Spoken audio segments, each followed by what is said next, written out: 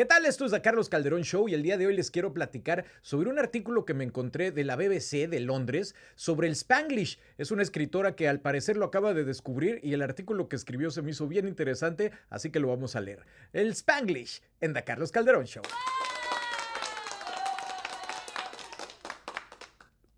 Bueno, pues fíjense que en estos últimos días he estado hablando mucho del Spanglish por varias razones. Eh, Andrea Mesa, que es mi compañera ahí en Hoy Día y es Miss Universo, se va a casar con un chico americano muy simpático y él hace unos videos muy graciosos de el español, de cómo él ve el español y las diferencias entre el inglés y el español. A mí me encanta, se me hace súper simpático, se lo dije cuando lo conocí hace unos días. Y bueno, hablamos un poquito del Spanglish porque yo le decía, qué curioso que te guste este tema porque pues aquí en Miami se habla Spanglish, no se habla en inglés ni español, se habla Spanglish y hasta pensé en hacer alguna colaboración con él al respecto, pero bueno, no ha salido al caso. Pero mientras tanto, ayer estaba en un bar y se me acercó un chico afroamericano con su pelo, ya sabes, en estas trenzas que se hacen y tatuajes y cadenas, todo la indumentaria, ¿no? Del hip hop de los afroamericanos. Y yo estaba hablando en español con el bartender, que era cubano, Jimmy, y en eso se voltea el afroamericano y me dice, ¿tú eres mexicano? Y le digo, sí. Yo también, güey. Y me quedé yo en shock. Y yo, güey, ¿cómo? O sea, mis ojos y mis oídos como que no estaban entendiendo lo que estaba viendo. Resultó que era un chico de Atlanta que había vivido en Nueva York, que se dedicaba a la música y que ahora vivía en Beverly Hills, pero su mamá era de ahí, de Atlanta, y su papá era mexicano. Y él ahora que estaba en Los Ángeles decía que estaba enamorado de la cultura mexicana, que había ido al Distrito Federal y que había estado ahí unas semanas y que estaba enamorado de la cultura mexicana y que hoy por hoy se identificaba más como mexicano que como afroamericano. A mí me dio mucha ternura, curiosidad, alegría. Le dije que yo nunca había conocido un afromexicano americano. Y nos reímos y brindamos. Pero bueno, hablamos también del Spanglish porque él nos oyó hablar Spanglish a mí y a Jimmy, el bartender cubano. Así que bueno, curiosamente, hoy me encuentro un artículo de la BBC de Londres, que pues es la cadena más importante de Inglaterra y una de las más importantes del mundo, en donde una chica que se llama Sophie Hardach, que es una joven que está escribiendo los artículos acerca de tendencias y de cosas culturales, escribió un artículo completamente dedicado al Spanglish.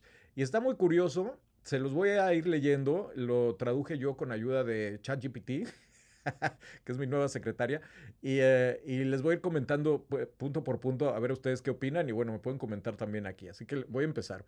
¿Ok? El artículo se llama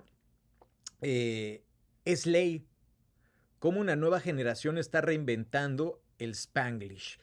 Y empieza el artículo de una manera muy curiosa porque dice, cuando el español se encuentra con el inglés, surgen nuevos dialectos, lo que nos da una visión en tiempo real de la evolución del lenguaje, dicen los lingüistas. Y cita a una chica que se llama Yamilet Muñoz, que envió un mensaje de texto a sus amigos en Austin, Texas, y la cita diciendo, vámonos de punchis punchis. Y a mí me dio mucha risa porque yo así le decía en México cuando nos íbamos de fiesta. Y ella dice, significa ir de fiesta, en efecto. Y dice, lo explica así, pero no es una frase que encontrarás en ningún diccionario.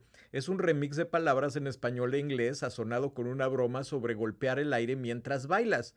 Y es solo un ejemplo de las innumerables innovaciones lingüísticas que ocurren todos los días a medida que estas dos principales lenguas estadounidenses se encuentran. Me dio curiosidad porque yo decía punchis punchis hace como 20 años y parece que apenas está llegando aquí a los Estados Unidos a través de los hijos de la gente de mi edad que ahorita está yendo de punchis punchis.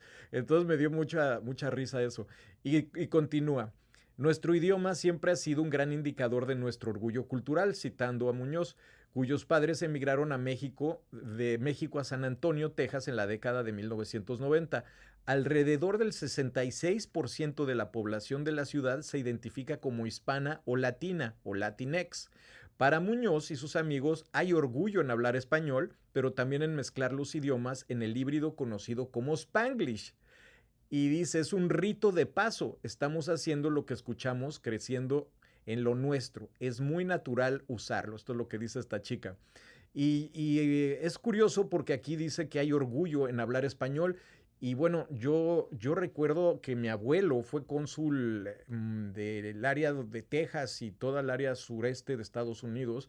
Y él, no tuve obviamente la fortuna de conocerlo, pero mi papá me contaba que cuando él era cónsul, si hablabas español en algunas escuelas en Texas, te castigaban físicamente, te daban reglazos y demás, lo cual pues obligaba a los papás a pedirles que los hijos ya no hablaran español. Eso obviamente ha cambiado, gracias a Dios. Y ahora, bueno, pues sienten orgullos, el orgullo la comunidad latina de primera o segunda generación de hablar español y se me hizo muy cool. También se trata, continúa el artículo, de integrar las dos culturas, ya que se mueve sin problemas entre el español y el inglés en su vida privada, así como en su trabajo, como una asociada de divulgación para la diócesis católica de Austin, es donde ella trabaja. Pero bueno, yo aquí en Miami hablo Spanglish todo el tiempo. O sea, imagínense, hay cubanos, venezolanos, colombianos, americanos, centroamericanos, mexicanos, dominicanos, lo que usted diga hay aquí. Entonces, sí vamos adoptando un poquito las palabras de cada uno y obviamente las mezclamos en inglés. Yo digo que es muy chistoso aquí en Miami porque muchas veces empiezas cuando conoces a alguien a hablarle en inglés, dices, hi, how are you? Y nada más de oírle el acento del inglés, ya sabes que es latino, y la tercera oración, si no antes, ya estás hablando español o spanglish, entonces lo mezclas siempre de una manera muy curiosa. Y bueno, pues parece que no es el único lugar en Estados Unidos donde pasa esto. Y continúa el artículo diciendo que la evolución del Spanglish se ha documentado durante décadas y cada generación añade su toque único. Ahora un creciente cuerpo de investigación, así como las experiencias de hablantes bilingües como Muñoz, muestra lo profundamente que el inglés y el español se están influyendo mutuamente en los Estados Unidos, lo que resulta en dialectos híbridos como el español, pero también en la transformación de los idiomas subyacentes. Y continúa. Esto según un señor Philip Carter, que es un profesor de lingüística del Instituto de Investigación Cubana de la Universidad Internacional de la Florida. Y dice, los dos idiomas se están dando forma en ambas direcciones. El inglés afecta muy claramente la forma en que la gente habla español aquí, pero el español también afecta la forma en que la gente habla inglés. El resultado más obvio es el fenómeno que se llama Spanglish, donde la gente usa ambos idiomas dentro de una expresión o ambos idiomas dentro de una conversación. Y dicen aquí que según el Pew Research, que es uno de los institutos de investigación más importantes de Estados Unidos, que el Spanglish está muy extendido, que el 63% de los latinos estadounidenses lo hablan y dicen que también han encontrado otro efecto, otro síntoma del Spanglish, que el Spanglish está cambiando el inglés. Le estamos dando nosotros palabras en español y expresiones en español que los americanos están tomando como propias y eso pues también yo lo veo mucho aquí en Miami. Dice aquí que durante la última década Carter y sus colegas han estudiado el cambio de idioma en Miami, una ciudad donde el 72% nos identificamos como latinos o hispanos y que está fuertemente moldeada por la inmigración histórica de Cuba. Y su investigación documenta la aparición de un dialecto distinto del inglés de Miami como resultado de esta herencia del idioma. Y acerca de esto, en un artículo de investigación, estudiantes hablaron de doctorado de lingüística de la Universidad de Buffalo, encontraron que los llamados calques en el inglés de Miami, lo que significa frases en inglés que se traducen palabra por palabra del español. Y esto es muy común porque la gente que llega de países latinoamericanos empieza a hablar inglés sabiendo las palabras, pero no la estructura, y luego ese inglés de Miami se le pega a los americanos. Y entonces se vuelve un relajo aquí en Miami. Y pone como ejemplo como que aquí en Miami se dice get down from the car y la manera americana de decirlo correcto sería get out of the car, pero pues en español se dice bájate del carro, entonces ahora los americanos dicen get down from the car. Y aquí que hay tanta fiesta o punchis punchis, como le decíamos, están empezando a decir let's make a party en vez de throw a party, que es la palabra correcta o americana de decirlo, que es deriva del español vamos a hacer una fiesta, let's make a party. Así que estamos echando a perder el inglés de paso. Pero bueno, dice que también la influencia española se ha mostrado a través de cómo pronunciamos las palabras, como los sonidos. Y ponen de ejemplo el sonido de la doble O, que en inglés es como boot, y nosotros lo pronunciamos boot. Y a mí me da risa porque mis amigos americanos de Los Ángeles siempre me hacen ese comentario de que digo la U en vez de la U. Y, y pues es algo que se pega y al ratito ellos están hablando igual. Entonces, según esta investigación, estos se llaman pues sonidos, ¿no? Que se pronuncian de una manera más al estilo de Miami. Es nuestro legado para el mundo. Y dice que este es el trabajo del cambio de idioma y el trabajo de la formación dialectal. Así es como sucede en cosas que son realmente notables, como las que les dije, la frase baje del coche, pero también sucede de maneras muy sutiles. Y el ejemplo que sigue es correr para presidente. Entonces, por ejemplo, ahorita diríamos que Trump está corriendo para presidente, ¿no? Aquí en Miami y supongo que en otras ciudades que hablan español. Entonces, una profesora de la Universidad de St. Mary en San Antonio, que se llama Megan Peace, en Texas, define el Spanglish como un dialecto del español que está influenciado por el inglés. Y ella enseña una clase de español durante la cual los estudiantes pues, investigan el Spanglish. Y en términos generales, dice que el Spanglish no solo incluye la mezcla de idiomas, sino también préstamos más amplios y da ejemplos de palabras entre el español y el inglés de uso común en San Antonio, que a mí en particular siempre me ha dado mucha risa, el lonche, ¿no? Que usaron lunch y ahora le dicen lonche, que a mí me lo decían aquí, creo, si mal no recuerdo, los peruanos me decían el lonche. Y a mí me daba mucha curiosidad esa palabra del lonche. Y también allá en Texas, ¿quién no ha dicho que vámonos en la troca? Hasta hay muchas canciones de la troca, ¿no? Y la troca pues viene de truck. Yo que vengo de la Ciudad de México, pues dice camioneta o pick-up, ¿no? Le decimos ya usando el lenguaje gringo. Pero acá le dicen troca y todo el mundo está muy orgulloso de su troca. Y a mí también pues me gusta usar la palabra troca, ya lo adopté. Pero esta profesora también dice que ciertas traducciones, palabra por palabra del inglés, se utilizan comúnmente en el español tejano, como el ejemplo de correr para presidente, en lugar de lo que debería decirse en español, que es presentarse como candidato a la presidencia. Pero bueno, en vez de eso dicen correr para presidente. Y muchos de los estudiantes de la clase de Spanglish son bilingües. Y bueno, le llama mucho la atención a la autora que usan el español y el inglés al mismo tiempo. Y dice que esta maestra aclara que el Spanglish no debería ser considerado algo incorrecto porque es un dialecto aceptado, que simplemente es el resultado del contacto entre las culturas inglés y español, o los idiomas inglés y español. Y bueno, dice que no solo el español y el inglés se dan forma, sino que también diferentes tipos de español de diferentes partes de América Latina y España y de diferentes generaciones. Esto es clásico aquí en Estados Unidos. Y sobre todo en Miami, había un programa que a mí me gustaba mucho que se llama ¿Qué pasa USA? Que para los cubanos que me están escuchando seguramente se acuerdan, en donde eran tres generaciones de cubanos. Los abuelitos que hablaban puro español, los papás que hablaban inglés y español y los hijos que hablaban spanglish. Y era muy chistoso ver cómo se comunicaban porque todo el guión era escrito en los tres dialectos, en los tres idiomas. Español, bilingüe, ¿no? Mitad inglés, mitad español, spanglish, inglés. Y era muy curioso. Entonces, eso es a lo que se refiere, que no solo los idiomas, sino que las regiones y las generaciones. Y ponen como ejemplo el nombre pana, ¿le suena? Bueno, pues para este autor le pareció muy curioso esto como ejemplo, porque dice que es una combinación entre Perú y México en Texas.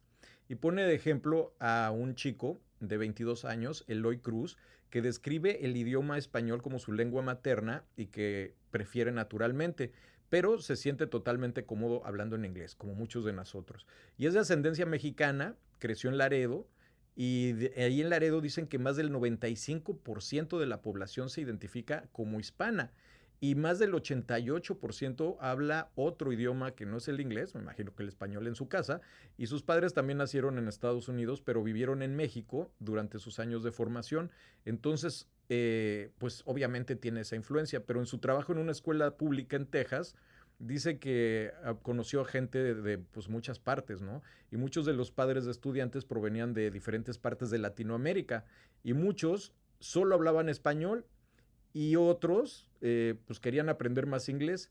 Entonces dice que si empiezan a añadir inglés y el profesor añadía más inglés y empezaba como esta mezcla de una negociación de idiomas para ver cómo podían entenderse mejor, pero que fluía naturalmente de un lenguaje al otro, que también pasa mucho en California, pasa mucho en Chicago, pasa mucho en Texas. Y este intercambio, dice aquí el artículo, dice, también le gusta intercambiar palabras de diferentes dialectos españoles. Y este chico mexicano del que usted habla dice que aprendió pana, que es una palabra peruana, perdón, para amigo. Yo también se lo he escuchado a venezolanos, el pana, ¿no? Y bueno, en México no se usa, pero que en esa clase este chico empezó a combinar el pana con el nombre, que es una contracción de México de no hombre, ¿no? Como diciendo, no, de ninguna manera, hombre, ¿cómo crees? Y ahora está muy popularizado el nombre pana, nombre como así, junto nombre pana, que quiere decir, pues, de ninguna manera hombre, pero con un toque mexicano o peruano, o sea, sudamericano, mexicano, y lo usan en el Spanglish americano. A mí me causa mucha gracia todo esto porque de verdad, ciudad que he visitado, todos tienen diferentes palabras o frases que son características de esa zona y que bueno, pues uno las identifica muchísimo, ¿no? Y como aquí en Miami están todas metidas, ya he aprendido a identificar de dónde viene cada palabra y cada dialecto. Y también viene aquí el efecto vale, y dice que por qué los hablantes bilingües mezclan idiomas de esta manera. Uno podría pensar que es simplemente un proceso inconsciente y accidental, pero esta investigación sugiere que es más intencional que eso. Se ha analizado cómo los mexicoamericanos cambian sutilmente su español cuando estudian en España. La investigación ha demostrado que durante esas estancias en España, los mexicoamericanos y otros hablantes de español estadounidense tienden a aprender ciertos aspectos del español europeo, pero no otros. Por ejemplo, a menudo adaptan una palabra española europea, en particular con especial entusiasmo. La palabra vale, que significa correcto o bien, y eso es ciertísimo. O sea, hay gente que se va 3 días a España y regresa, vale, tío. Se les pega de volada, pero solo eso. Dice aquí que les encanta decir vale a pesar de que existen palabras equivalentes en el español estadounidense como bueno. Y se pregunta qué hizo que los estudiantes adoptaran esta palabra, pero no otras. Y la respuesta tiene que ver con juicios finamente calibrados en torno a la identidad y sugiere que la espolvoreación de vale permite a los oradores agregar un poco de sabor global a su discurso mientras se aferran a su identidad, dice Pearl. En otras palabras, si tú dices eh, vale, saben que estuviste en España. ¿No? Y te hace sentir más chicho frente a tus amigos, te hace sentir como una persona internacional. Bueno, también habla aquí de que destacan otra razón importante para mezclar y cambiar entre el español y el inglés es asegurarse de que todos nos podamos entender y que todos nos sintamos bienvenidos. Dice, la forma en que usamos Spanglish es fluida, podría estar hablando español y ellos me están hablando en inglés y eso está bien, con aquellos que también hablan de esa manera no hay vergüenza. Para ella también refleja la diversidad lingüística que dio forma a su educación en San Antonio. Creciendo, dice, había muchos tipos diferentes de español. Una mezcla incluía personas recién llegadas de diferentes regiones de México, otros países latinoamericanos, así como los nacidos en Estados Unidos como ella. Y para ella, Spanglish es una forma de conectar a todos en esta comunidad, que es lo que está ayudando a que las conversaciones sucedan. Y eso sí es cierto, porque aquí es muy curioso si tú te encuentras un grupo de cubanos, el acento cubano es muy marcado, o argentinos, o boricuas, o colombianos, etcétera. Pero cuando se juntan a hablar todos, yo creo que a veces cambiamos las palabras típicas de nuestra región, de nuestra ciudad, de nuestro país, por inglés, creando un Spanglish que es un poquito más neutro para todos y así nos podemos comunicar y nos sentimos como parte de algo, ¿no? De Estados Unidos. Bueno, me da mucha curiosidad que esta chica inglesa, ¿no? Haya notado todo esto y haya dedicado este artículo para eso. Dice que algunas expresiones como el no manches son muy satisfactorias de decir para todos. Y eso sí es cierto, aquí se les pegó a todo mundo el no manches. Cuando me saluda alguien que no es de México, invariablemente me dice, ¿eres de México? Y le digo, sí, me contestan, no manches, güey. ¿No? Es típico. Así que sí, es muy curioso esto del no manches, güey. Pero a mí me gusta mucho. Yo no les puedo decir que no me siento orgulloso cuando me dicen no manches, güey. La verdad que sí. Y dice que también puede cambiar al inglés estándar cuando lo desea. Por ejemplo, durante durante entrevistas, perdón, en donde combinan el inglés y el español. Estos le dicen que es una capacidad conocida como cambio de código. Y la investigación sugiere que los niños bilingües desde que son muy chiquitos ya pueden cambiar de código. Y eso sí es cierto, porque León, mi hijo, tiene 2 años y medio y ya está usando el inglés y el español según le convenga. De verdad que no le importa. Él habla el idioma que le venga en gana en ese momento. Así que es muy curioso y me imagino que es porque nosotros hablamos español aquí en la casa todo el tiempo. Bueno, además dice aquí que después de la conquista fue cuando más empezaron a notar estas cosas en América del Norte y que la evolución también tiene una larga historia. Dice que el inglés y el español han estado bailando entre sí en los Estados Unidos, como les digo, desde el periodo colonial. Y la historia más importante es que el español es un idioma estadounidense. Es un idioma de los Estados Unidos, aunque no esté construido de esa manera en términos políticos. Muy importante para la gente que le dicen luego, ay, ¿por qué hablas español? Ella asegura que el español siempre, siempre, siempre ha estado aquí. Y aunque el idioma en sí mismo a veces se pierde, ha influido en la forma en que la gente habla inglés. Y asegura que este es un nuevo español. ¿Eh? Bueno, a pesar de esa larga historia, continua y profundo impacto, hablar en el español todavía puede desencadenar reacciones negativas, ya sea de hablantes en español que no están de acuerdo, que no soy quien no podría estar de acuerdo, que no están de acuerdo en la influencia que tiene el español en el inglés o hablantes de inglés con actitudes racistas. Eso también me recuerda cosas que mi papá me contaba de mi abuelo, que sufrió mucho tratando de normalizar el español en todas estas ciudades de Texas y otros estados. Y según esta encuesta realizada por el Centro Pew, 4 de cada 10 latinos informan haber experimentado discriminación, como ser criticados por hablar español o que se les dijo que se volvieran a su país de origen. 4 de cada 10, o sea, 40%. A mí nunca me ha pasado, gracias a Dios. Bueno, no, mentira, sí me pasó una vez.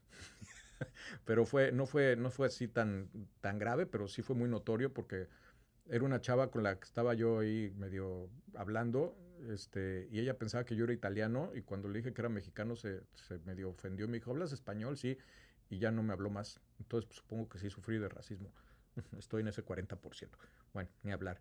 Y dice que la misma proporción también ha experimentado apoyo, o sea que 40% racismo, 40% apoyo, y señala que la discriminación histórica contra los hispanohablantes de los Estados Unidos, como castigar a los niños por hablar español en las escuelas, también está registrado en la historia, que es lo que les decía que mi abuelo le contó a mi papá. Continúa, la mayoría de la población estudiantil aquí en mi universidad es hispana, lo que significa que la mayoría de ellos hablan español y es un poco reconfortante saber que hay algunas personas que me entenderán si hablo cualquiera de los dos idiomas. Esto dice una estudiante de 22 años de estudios globales en la Universidad de St. Mary, que bueno, tiene sangre mexicana, que llegaron igual en los 90 y sus papás hablan español.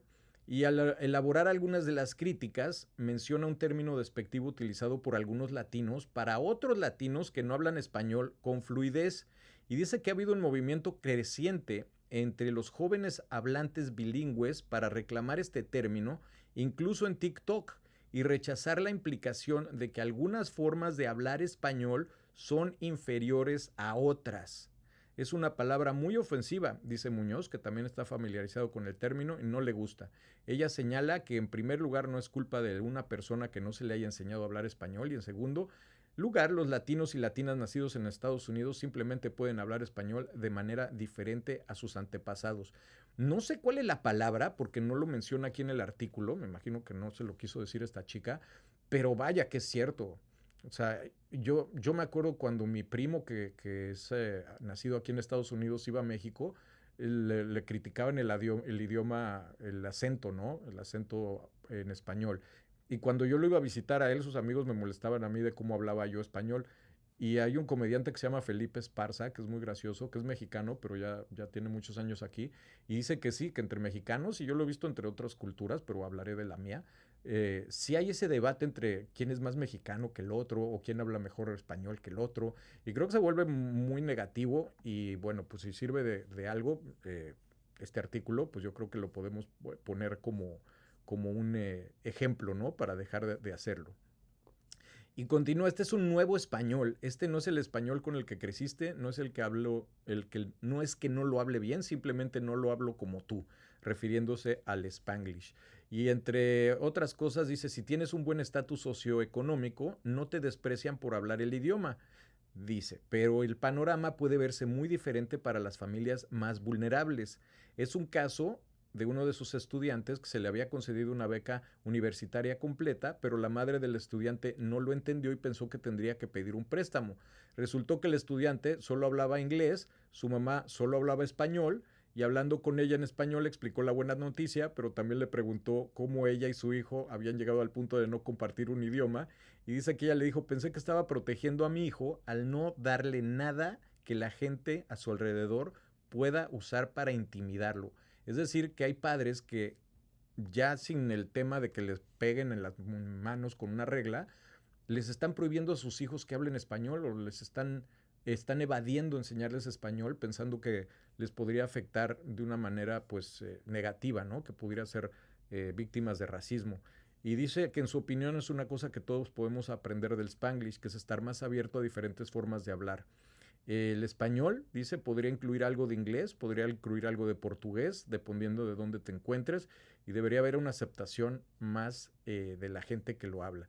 Y en eso estoy de acuerdo. Yo siempre me he enfocado mucho en tratar de hablar un español muy neutral. Sé que mi acento es mexicano, pero trato de usar a veces frases de otros países que he aprendido, más que nada de comida, de música, de expresiones muy coloquiales, pero tratando siempre de mantener el idioma limpio. Pero sí es cierto que el Spanglish es una de las riquezas culturales que estamos trayendo aquí a Estados Unidos.